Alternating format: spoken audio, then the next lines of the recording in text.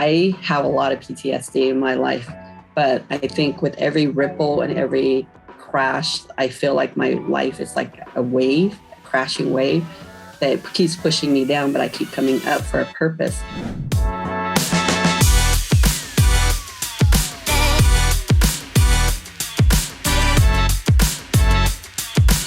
Welcome back to the show. I'm your host, Remington Ramsey, and today our guest is Samantha Tov out in Sacramento, California. How you doing today, Samantha?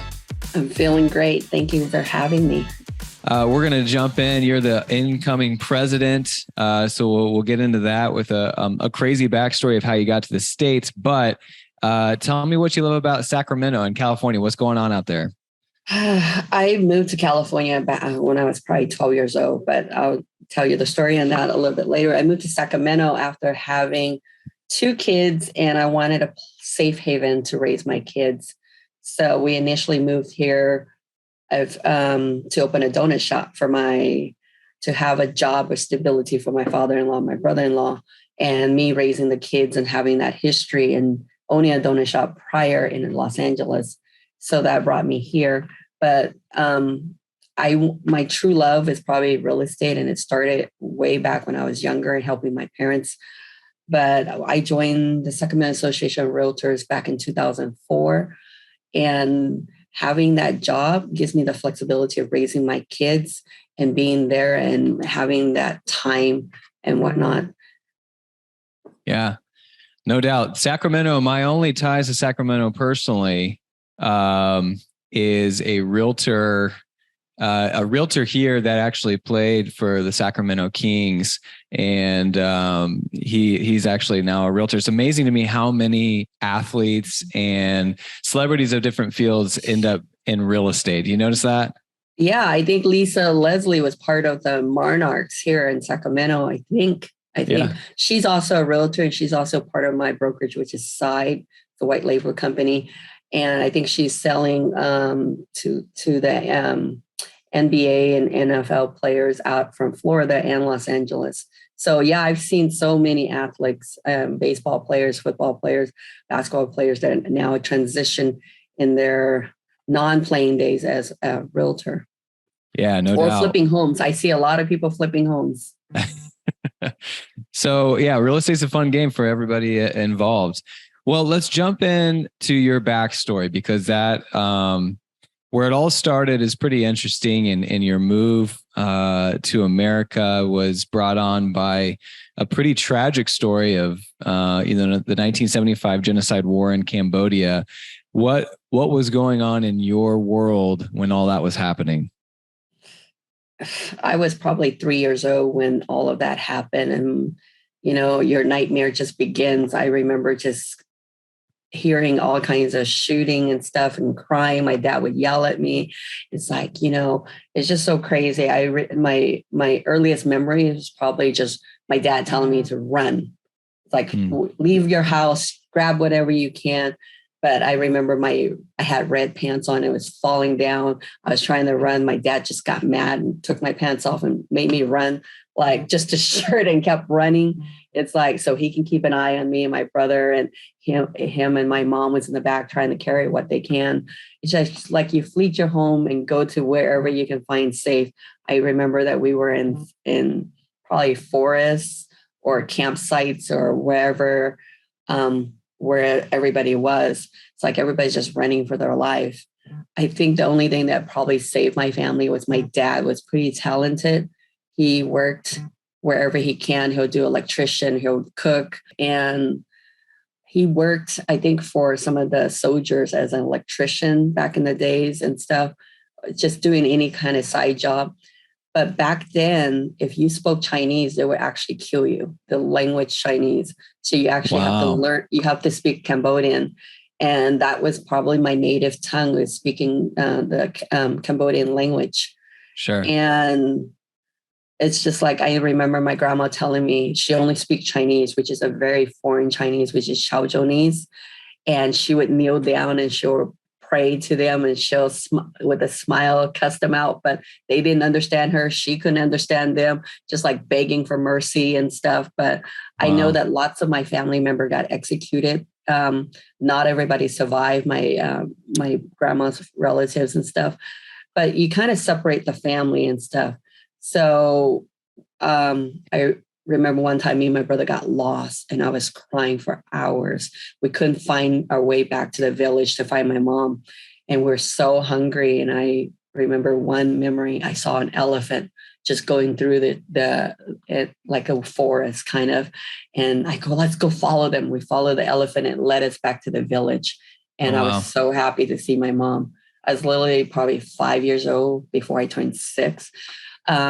So with all this is happening so consistently and you're constantly running and crying and there's crime and war constantly happening, does your little brain at that age, not computing everything that's going on, just get used to it? Is that just life? Is that, or is it constant panic?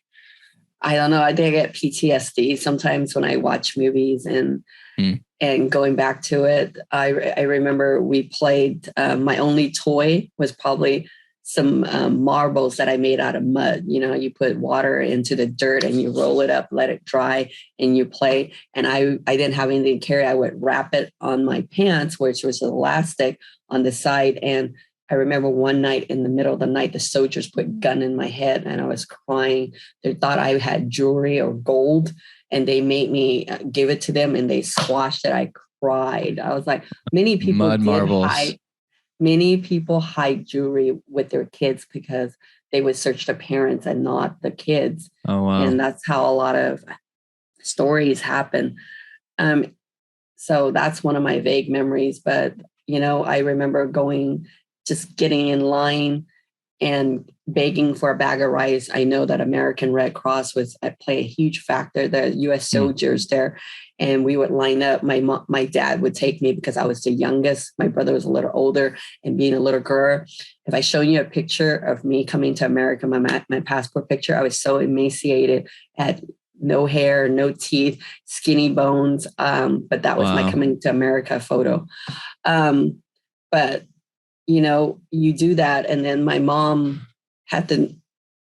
there was a time that they actually gave you some medicine and a little bit extra food if you had a baby. So my mom got pregnant during the war with my sister.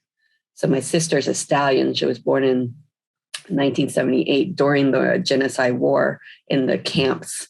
And I always thank God that she did give birth to my sister. Without my sister, we wouldn't have that extra little food or medicine to survive. A lot of people got sick and died. With that bag of rice, my brother and I would go to these wells and we would get water and you would let the water sit where all the dirt goes down and you take the water and you have to boil it. My mom would always boil a big pot of rice, but she'll add water with like a grain of rice because you have to prolong your food. And my mom would just drink the water and give me and my brother the rice to eat. It's just like little things like that. You take life for granted. So these are very vivid memories for you. And I flash forward because I've had the honor of interviewing many people who have relatively dramatic past like yours. And they make it, whatever making it means in real estate or any business for that matter. And if you have that vivid memories of something like that, I imagine the mundane tasks and the little things that throw off your day as a realtor probably don't throw you off as much as someone who's never gone through something like that. No, absolutely. I mean, we try to pay forward. I know when we came to America, we were sponsored by a couple of social workers. I know that if you research it back, there was like an ad like sponsored some refugee that's seeking a new home or asylum in America. And we were lucky enough to be sponsored to Oklahoma City. In Oklahoma City, you cannot get there's not much minority and there's not much, the language barrier was really, really hard. But we adapted. I was 6 years old. I started when I was in kindergarten in school back then, but we didn't have the money to buy clothes or supplies or food. I remember we used to dumpster dive. My grandma would take us and go dumpster dive behind Safeway. We would dumpster dive behind office building for school supply. But the one best memory was, I think, when my dad and my mom bought their first house. I think that's where my love of real estate began. Okay. It's achieving that American dream. It's a home ownership. I think I was probably 9 years old when they bought, but I was translating for them, learning English for 3 years, my broken English. I was telling my parents, sign here, do this. It's just like, and they bought their house in Oklahoma City for $45,000. And what was their occupation at the time when they bought the house? How did they make their money to buy it? Because you guys moved directly to Oklahoma, right? In 1979. Why Oklahoma? So back in the war, the U.S. and the American Red Cross, there was a lottery system. You put your name in there, you get drawn, you get like a golden ticket to go to either France or go to America. My parents was lucky enough to get 2 golden tickets. They put one fake name, one real name, one fake name, but they chose America because they dreamed of having a good life in America. I only heard good things. But it's random people in the United States at that time. If you watch the Donut King video, if you watch the Killing Fields video, that's everything that I've lived through. Like the Killing Fields, Dr. Gohan Noor was a family friend of ours. And I got a pleasure of meeting him for a couple of summers. But Oklahoma was by these 2 beautiful, warm-hearted social workers that work in Oklahoma City. And they sponsor us, and they put my dad into ESL class, which is the Catholic nuns would teach my dad English at nighttime. So the only jobs that my dad could get was cleaning toilets, washing dishes. So you start from the bottom up. My mom and my dad worked 2 jobs, 6 a.m. to midnight, just to try to make money. I remember our rent was like $180 for a 1-bedroom, half-plex. And then a year later, my dad sponsored my uncle and my grandma and my aunt to Oklahoma City. It's amazing how technology have grown. Back then, coming to America, not speaking English, but you put an ad in the paper, and the American Red Cross helped locate it, his brother and mom. And we, with immigration's help, sponsored them to America a year after we came. We came in 1979 in June, and they came a year later. But you would be surprised. It's one apartment in Oklahoma City. It was all immigrants, top and bottom, 24 floors. It was everybody from Cambodia fleeing the country for that asylum and building their own American dream. But each and all of us started somewhere. So our apartment was like a 2-bedroom, but we had 3 families living in there. It was probably full of cockroaches, rats, but people didn't care. We had a home, and there was no shooting or violence or anything. So we all made do. Everybody started at the bottom. And it gave me the love of appreciation and never wasting food or taking anything for granted. I tell my kids that, I raise my kids that on that belief. It's never, always appreciate what you have and not what you don't have. And you mentioned the donuts before. You mentioned donuts a couple of times, because I think you opened up a donut shop. But there's a quote here that you talk about the difference between day-old donuts and how good they were during Christmas versus the concentration camps in Cambodia. Okay, so that is a really good story. So we used to go to church because the nuns used to teach my dad English. And I remember one Christmas, we were lining up for Christmas baskets. They gave everybody Christmas basket.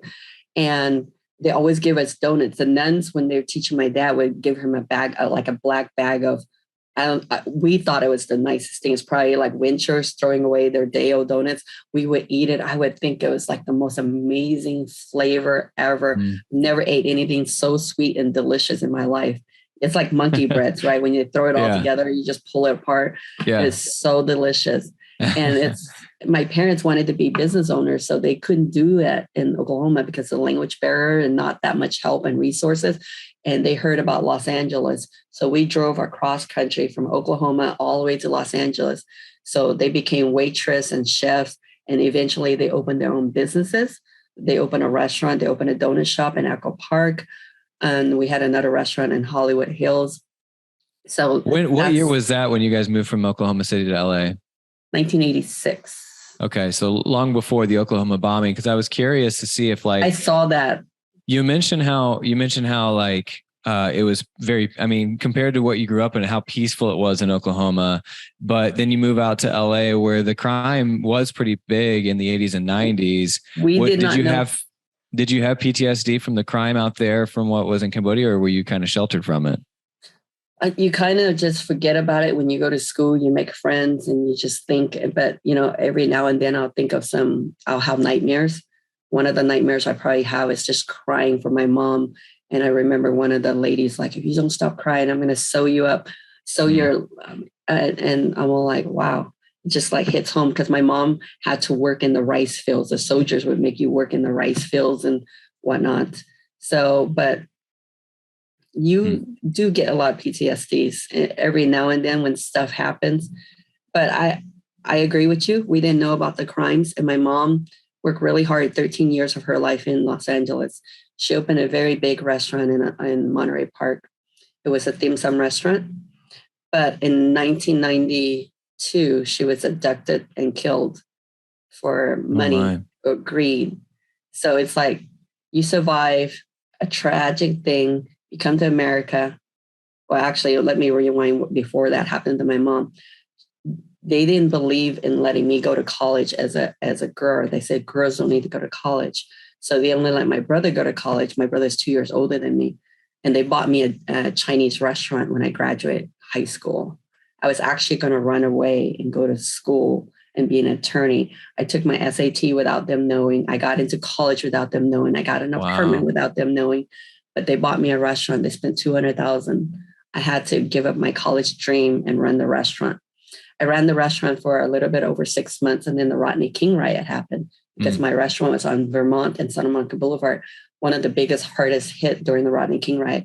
When O.J. Simpson's court hearing came out, I looked out in the Vermont Boulevard down where 110 was, and I see a mob coming up. We just locked up everything and drove the back way out. The next day we came, everything was gone. It was just so crazy. But we rebuilt it. And then months later, things happened to my mom. It's like, I have a lot of PTSD in my life, but I think with every ripple and every crash, I feel like my life is like a wave, a crashing wave that keeps pushing me down, but I keep coming up for a purpose. And I want to keep my mom's legacy and just giving back. Before my mom died, she helped China when they had a flood. She donated over $45,000 back in 92. That was a lot of money. And her one wish was to find her father because we got separated during the war and she could not find her father for 13 years. She's missed her father. And the China government was trying to help her find her father. And she was going to go find her father in January. She was killed in December. So, but we continue and we found him a year and a half later. Oh, wow. In a small village out in the outskirts of Vietnam.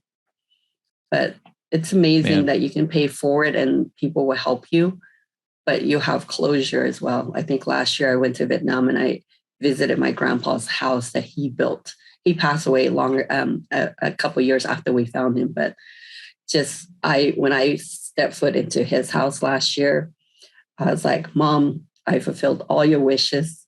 I found your father. I paid for his funeral when he passed away. You can rest in peace. Your 3 kids that you have, I paid for both my brothers and sisters' college. And they're all thriving and succeeding. But for me, not having to go to college, I found ways in how I can help my mom's legacy continue. And that's just working hard, taking care of my dad, taking care of my brothers and sisters. And I always pay forward. So I started. We haven't even gotten to your success in real estate. So you transitioned into real estate and a lot of, again, dramatic things happened all along the way. Obviously the loss of your mother was catastrophic, but then you found, after, being a stay-at-home mom and running restaurants and losing restaurants, you found real estate. And so explain to me what happened in those first couple of years of real estate as you were trying to get that off the ground. It wasn't easy. I was running the donut shop from 2 a.m. to 12. I would start my real estate at 1 o'clock. And I had two little kids. My father-in-law tell my father-in-law watch them. I would do real estate till 7, just because I know that I can do something more in my life than just running a business.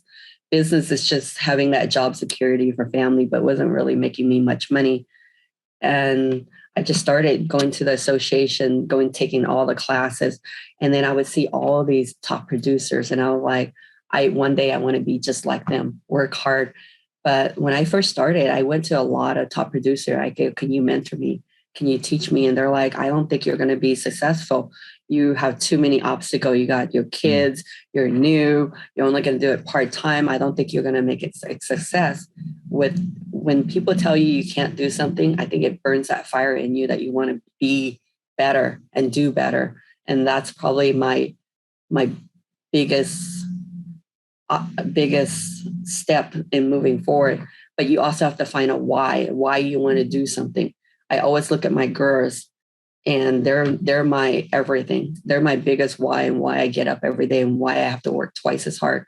I was in real estate probably a year before their dad left. Their dad feels like that he didn't believe that I should be doing real estate. I should just be a stay-at-home mom, just raise the kids. He was a traveling salesman.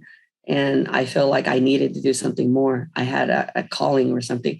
And I loved what I do, just by helping my dad with their first home and helping everybody achieve home ownership. Every time I give somebody a key, it's just the biggest, warmest reward.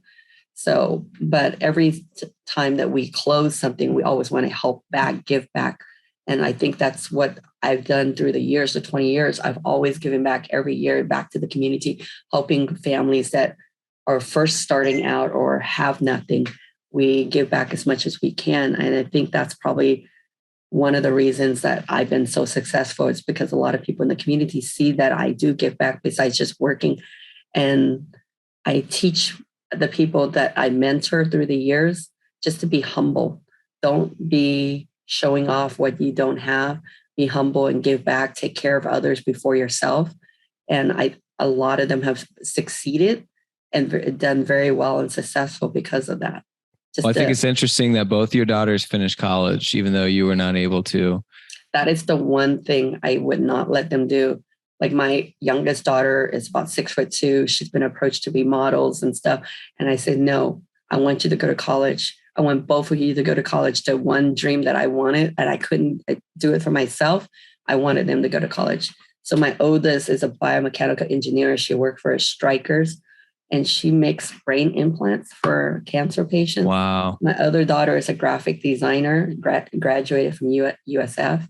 So I couldn't be more prouder than my daughter, but they always come home for Christmas when we do give back to the community, our Christmas adoption, where we help about 10 to 20 families with Christmas gifts and just delivering Christmas miracles. Yeah. They come back every year, and that's the one thing You still eat donuts when they get together? Huh? You still eat donuts when they come back for Christmas? I eat donut almost every week. It's so crazy. We did our fundraiser kickball tournament last week, and everyone showed up and goes, "Where's the donut, Sam?" I go, "I don't know. I'm not in charge this year, but I sent someone off to go get 6 dozen donuts, and everybody was eating donuts before they play kickball. It's fun. I mean, I love donuts. I say donuts have 0 calories. It's just full of love." Well, you're a massive success out there in Sacramento. You have over 50 agents on your team now, and you are the Women's Council president and first Asian woman president of the Association for Sacramento this coming year. What do you hope to accomplish with that role, with your 1-year seat out there? I want to. A lot of people says that like single parents can't make it big, but I am probably a testament to that if you have your heart in it, and if you have enough drive or energy, you can achieve anything. And I'm thinking about what my vision or mission is for next year. I want to help elevate and inspire others and have that inclusive. DEI is really huge right now across the nation about the diversity and inclusion. And I want to make sure that everybody knows that we're all equal. We all are in the same field, and we should treat each other equally. It hasn't come easy, because even though Sacramento is the most diverse city, there is still racism in some neighborhoods. Like if I go to certain neighborhoods, they're like, you don't live around here. You don't sell around here. Why? How did you get this listing? Why are you selling here? It's just, we have to overcome those barriers. We have to make it all equal, right? So I think that's one of the reasons I step forward in leadership, because there is no one that looked like me in leadership. There is no one at the seat at the table at the time.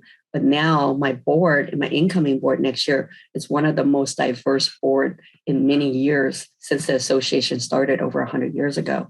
And I want to keep that path moving forward. I want to tap on more shoulders and give people that, hey, I think you can do it. I see something in you. I need you to step forward. I need you to be a leader. I need you to chair. I need you to help me grow.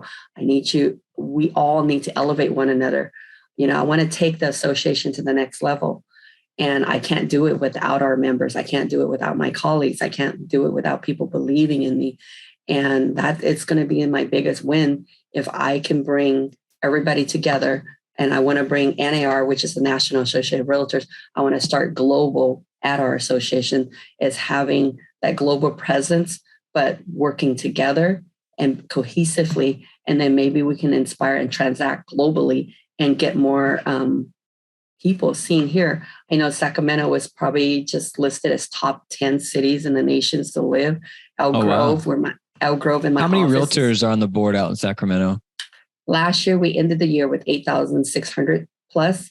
This year, right now, NAR says that we're going to have a decline about 14%, people jumping out of the business because of the market shift. 14% right now, nationally, realtors? Mm-hmm. I would have thought that would have been last year, after last year was a rise because in the beginning of the year, the interest rate was still low. Right. And then it started going high. So right now we're about 7,600 strong. So we only lost about 600. 1,000. Yeah. So it's a little delayed. Good. People are still hanging on, wanting to see that success, and then it'll take a little bit longer. But I was anticipating a little bit more of a decline last year. But 14%, that's bold. I'd be interested to see at the end of 12 months where we land at. Yeah, everyone's like, it's going to go back to foreclosure. I go, there will be, but very, very little, because there's so many different programs, especially when COVID, with all this mortgage modifications and whatnot. There might be some short sales. But the market is picking up. There's a lot of listings getting multiple offers again. Yeah. But yeah.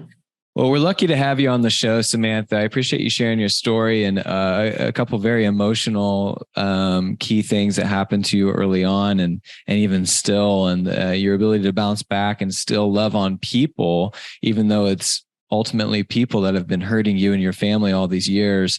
It's just inspiring to see that you still care for everyone and continue to give back. So thank you for joining us. Thank you so much for having me. Thanks for listening to the podcast, guys. If you're looking to get involved in your local magazine, look online at realproducersmag.com. And if there isn't one there, refer someone to us so that we can get someone as cool as Samantha out there running that magazine. We'll see you next time.